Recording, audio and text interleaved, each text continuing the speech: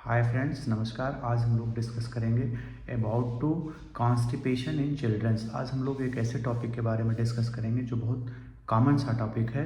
आजकल बच्चों में बहुत ज़्यादा कॉन्स्टिपेशन देखने को मिलता है, यानी कि बच्चों को लैट्रिन करने में बहुत ज़्यादा डिफ़िकल्टीज़ होती हैं, जिसमें बहुत सारे कारण हैं। अगर हम इसके कारणों की चर्चा करें तो जो कॉमन काजेज़ इसमें हैं, एक तो आजकल के जो बच्चे हैं, जनरली जो सिटीज़ में बच्चे हैं, उनकी फ़िज़िकल एक्टिविटीज़ बहुत कम हो पाती हैं, जिनकी वजह से उनको कॉन्स्टिपेशन की शिकायत रहती है। एक तो डाइट की माल हैबिट्स जो है, बच्चों के जो खान पान की जो स्थिति है वो बहुत अच्छी नहीं है। बच्चे आजकल ज़्यादा जंक फूड और फास्ट फूड की तरफ डाइवर्ट रहते हैं, इस वजह से भी उनको कॉन्स्टिपेशन होता है।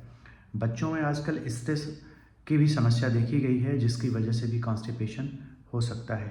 प्रॉपर अमाउंट में बल्क फॉर्मिंग डाइट न लेने से भी इस टाइप की प्रॉब्लम होती है। अगर बच्चे लिक्विड प्रॉपरली नहीं ले रहे हैं, पानी ज़्यादा ठीक ठाक से नहीं पी रहे हैं, तो भी कॉन्स्टिपेशन बच्चों में हो जाता है। अगर उनको जो एक स्टूल पास करने का जो उनका एक ट्रेनिंग है, जो टाइमिंग है, वो पर्टिकुलर प्रॉपर ना होने की वजह से भी बच्चों में कॉन्स्टिपेशन हो जाता है। यानी कि बच्चों में टेंडेंसी होती है, कई बार वो खेलने के चक्कर में या वैसे भी उनको अगर लैट्रिन की उनको अगर अर्ज लगी हुई होती है, तो उसको भी वो स्टॉप करते हैं, रोकने की कोशिश करते हैं, जिसकी वजह से भी बच्चों को कॉन्स्टिपेशन होता है। अगर बच्चों को कोई मेडिसिन चल रही है, उसकी वजह से भी कॉन्स्टिपेशन हो सकता है। हाइपोथायराइडिज्म थायराइड की एक डिजीज़ है, जिसमें भी बच्चों को कॉन्स्टिपेशन हो जाता है। जनरली अगर उनके पेरेंट्स में किसी को ये हिस्ट्री है कि उनको हाइपोथायराइडिज्म है, तो बच्चे का थायराइड ज़रूर कराना चाहिए। ये भी एक काज है कॉन्स्टिपेशन का। और एक बहुत अनकॉमन से डिजीज़ है, बहुत कॉमनली ये नहीं पाई जाती वैसे। बच्चों में ये कॉन्जेनाइटल होती है, यानी कि बाय बर्थ होती है, जिसमें कि लार्ज इंटेस्टाइन जो होती है, बड़ी आंत जो होती है, उसमें जनरली कुछ पार्ट में या कई बार पूरे ही लार्ज इंटेस्टाइन में होता क्या है, जो नर्व सेल्स होती हैं, जो कि उसके मोटिलिटी को बढ़ाती हैं, स्टिमुलेट करती हैं इंटेस्टाइन को, जिससे कि लैट्रिन ऊपर से नीचे की तरफ बढ़ता है। वो नर्व्स न होने की वजह से, इंटेस्टाइन में जो है स्टिमुलेशन न होने की वजह से उसकी मोटिलिटी हैम्पर्ड हो जाती है, जिसकी वजह से भी बच्चों में कॉन्स्टिपेशन होता है।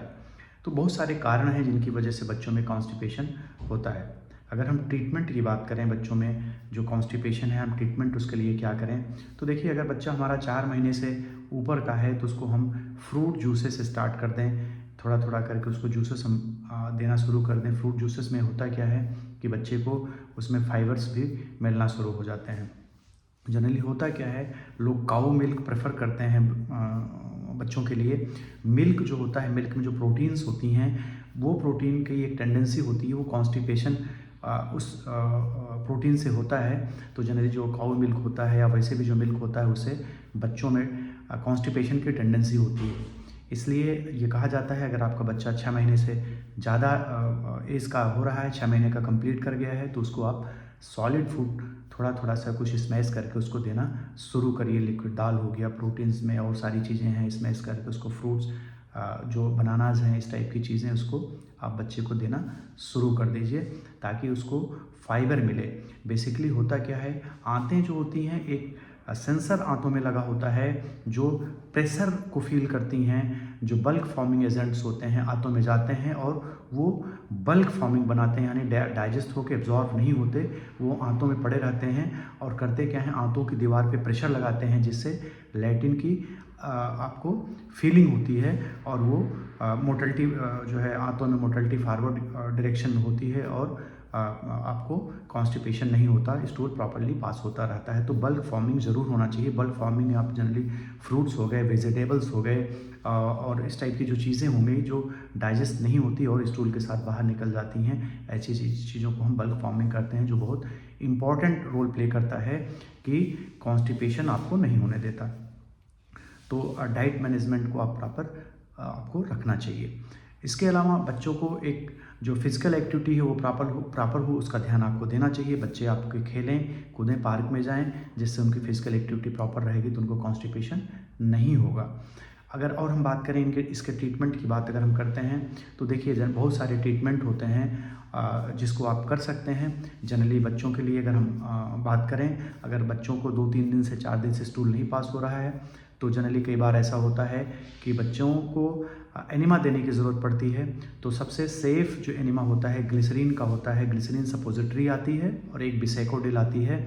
जो ग्लिसरीन होती है, ग्लिसरीन सपोजिटरी जो होती है वो ऑस्मोटिक परगेशन का काम करती है, यानी जब आप लैट्रिन के रास्ते से सपोजिटरी ग्लिसरीन की डालते हैं तो करता क्या है, आंतों से पानी को खींचता है और लैट्रिन को सॉफ्ट करता है। वहाँ जब पानी आ जाता है, जो आपकी लैट्रिन हार्ड हो चुकी हुई होती है बच्चे की, वो सॉफ्ट हो जाती है और ईजिली निकल जाती है।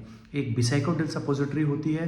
बिसेकोडिल सपोजिटरी करती क्या है, वो एक तो आंतों को इरिटेट करती है और इरिटेशन से आंतों की जो मोटिलिटी है उसको बढ़ाती है। जो एनल का पार्ट है, एनस का पार्ट है, उससे वहाँ पे क्या करता है, इरिटेशन की वजह से पानी भी सिक्रेट होता है और मोटिलिटी को भी बढ़ाता है वो बिसेकोडिल। तो ग्लिसरीन सपोजिटरी सेफ़ है। और कई बार ऐसा होता है कि जो स्टूल है वो इतना हार्ड हो जाता है कि वो जनरली एक स्टोनी हार्ड हो जाता है, स्टोन की तरह, पत्थर की तरह हो जाता है। तो इसको हम जनरली फीकोलिथ बोलते हैं।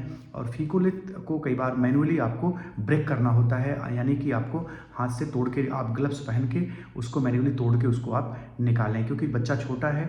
अगर आप बिसाइकोडिल या कोई सपोजिटरी देते हैं या स्ट्रॉन्ग लग्जेटिव कोई देते हैं तो होगा क्या, आंतों की मोटिलिटी बढ़ेगी और वो हार्ड स्टूल पास होगा, जिसकी वजह से बच्चे को फिशर बन जाएगा, लैट्रिन के रास्ते में छिल जाएगा, उसको ब्लीडिंग होगी। अगर उसको फिशर बन गया तो होता क्या है, फिशर बनने के बाद बच्चा क्या, पेन की वजह से लैट्रिन नहीं करेगा, उसको रिबाउंड कॉन्स्टिपेशन होता रहेगा। तो जनरली अगर बच्चे को 3-4 दिन से 5 दिन से अब नहीं आ रहा है स्टूल, तो आप ग्लिसरीन सपोजिटरी उसको दे सकते हैं। और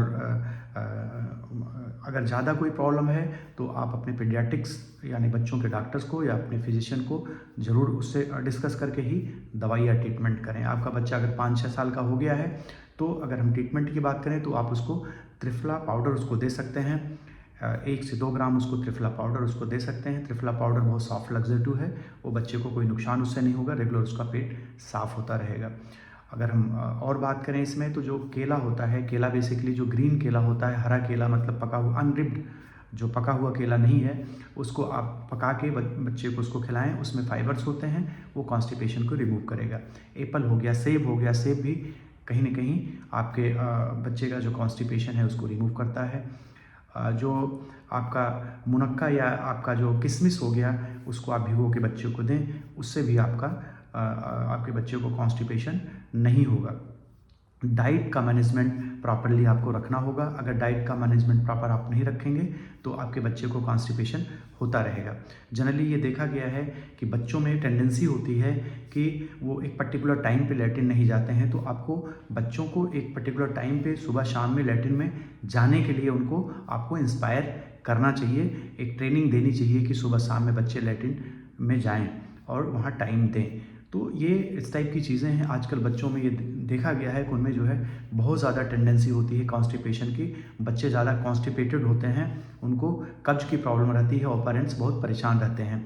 तो देखिए, अगर नॉर्मल चीज़ें हैं तो उसको आप घर पे मैनेज कर सकते हैं। अगर आपको लग रहा है कि चीज़ें मैनेजेबल नहीं हैं तो जाकर डॉक्टर को ज़रूर दिखाएं और उनके अकॉर्डिंग ट्रीटमेंट करें। बहुत सारे ट्रीटमेंट्स होते हैं बच्चों के लिए, लेकिन अगर आप डाइट मैनेजमेंट प्रॉपर रखेंगे, लाइफ स्टाइल बच्चे का प्रॉपर रखेंगे, तो आपको ज़रूरत नहीं पड़ेगी मेडिकेशन का। देखिए, मेडिकेशन क्या होता है, मेडिकेशन बच्चे को एक जो उसका जो कॉन्स्टिपेशन है, एक फौरी तौर पर उसको तो रिलीफ उससे हो जाएगा, लेकिन अगर बार बार आप लग्जेटिव देते रहते हैं तो उसको लग्जेटिव एब्यूज़ हो जाएगा, यानी कि आप डोज बढ़ाते जाएंगे। पहले आपको थोड़ा सा आप देना है, 2 ml दे रहे हैं, फिर 5 ml, फिर 10 ml, आप डोज बढ़ाते जाएंगे। होगा क्या कि आंतों की जो टोन है, इंटेस्टाइन की जो मोटिलिटी है, जो टोन है, वो प्रॉपर नहीं हो पाएगी और बच्चे को समस्या बढ़ती जाएगी। तो कोशिश ये करें कि नेचुरली बच्चे का जो कॉन्स्टिपेशन है वो रिमूव हो। कभी आपको इस टाइप से प्रॉब्लम होती है बच्चे को कि भाई उसका स्टूल नहीं निकल पा रहा है, फीकोलिथ बन गया है, स्टूल हार्ड हो गया है, तो उसको आप स्ट्रांग लग्जेटिव देने की कोशिश कतई ना करें। अगर आप स्ट्रॉन्ग लैक्सेटिव देंगे तो ज़बरदस्ती वो जब हार्ड स्टूल निकलेगा तो बच्चे के लैट्रिन के रास्ते में कहीं ना कहीं छिल जाएगा और उसको फिशर हो जाएगा। ऐसी कंडीशन में आप बच्चे के लैट्रिन के रास्ते में गुनगुना पानी करके हल्का ल्यूकवार्म वाटर भी डाला जा सकता है, जिससे स्टूल जो है सॉफ्ट होकर निकल आए। आपको अल्टीमेटली कई बार ऐसा होता है कि मैनुअली उसको ब्रेक करके तोड़ के निकालना होता है। जनरली इस टाइप का ट्रीटमेंट आप घर पे अगर कर सकते हैं तो ठीक है, नहीं तो आप अपने डॉक्टर को दिखाएं और बच्चे को अपने केयर करें। डाइट मैनेजमेंट इसमें बहुत इंपॉर्टेंट रोल प्ले करता है। आज का हमारा टॉपिक यहीं तक। आपका दिन शुभ और मंगलमय हो। Thank you so much.